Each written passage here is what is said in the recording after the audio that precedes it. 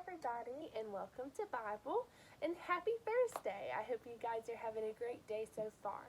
Let's go ahead and start off this morning with doing our Bible verse. Okay, so our Bible verse is found in Isaiah chapter 41, verse 10. And it says, "Fear not, for I am with you. Be not dismayed, for I am your God. I will strengthen you. I will help you. I will uphold you with my righteous right hand." Isaiah 41:10. Let's try that one more time. Isaiah 41:10. "Fear thou not, for I am with you.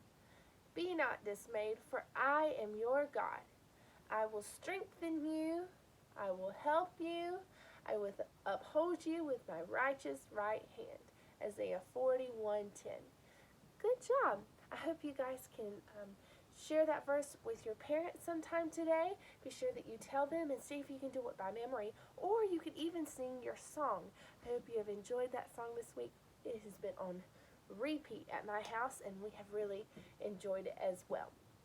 So this morning we are going to kind of start to venture into I guess not really the end of our journey, but we're getting there, learning about the life of Jesus. So we have talked about ever since Jesus was born, even before he was born, all the things that happened with Elizabeth and John the Baptist and Zacharias. We have talked about Mary and Joseph and Jesus and how he was in the temple when he was 12 and they couldn't find him anywhere. We have talked about how he started his ministry and he began to, do miracles and different things like that. And he would preach and teach. And he did a wonderful, wonderful thing. And he was able to have his disciples. And how many disciples did he have? Can you remember?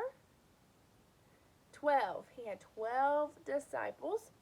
And so we have learned all of these wonderful things. And then Monday we talked about Lazarus and how he was able to raise Lazarus from the dead. And so we are approaching the final little bit before we see Jesus being crucified on the cross. And so we're going to go through that little bit together, and we're going to work through it. And then when we come back from spring break, we'll be able to talk more about what happened after he was crucified. And I'm sure you guys all know how that account goes, but I feel like it's a good thing to review it and to go through it and everything. So next week we will be talking about that final week before he was crucified. But I just really want us to get in our brains and in our hearts what has happened through his ministry. He has done amazing things and things that no one has ever done before and no one ever will do ever again. And even through doing all those amazing things and helping all of these people, there were people that were really mean and rude and unkind to him. People like the Pharisees and the Sadducees. We've talked about them and how they were all about their rules and all about what they thought was right, and that Jesus went against that, and they didn't like it, and so they didn't like him. And there were other people that didn't like him either. And that's really sad, and that's what ended him up on the cross. But it's a part of God's great plan.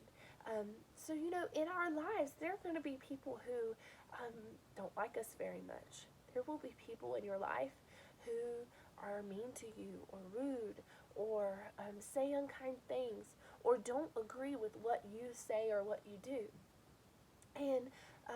And I believe that everybody has that in some point in their lives, that people don't agree with them. And as long as we are following after God and following his word and what he is leading us to, then we don't have to worry about the people who are unkind or rude. And yes, it may hurt our feelings. Sometimes it may hurt our heart. But I think we always need to remind ourselves that if we're living our life for God and to glorify him, then we don't have to worry about those unkind people or those rude people. And we can look at our verse that we learned this week.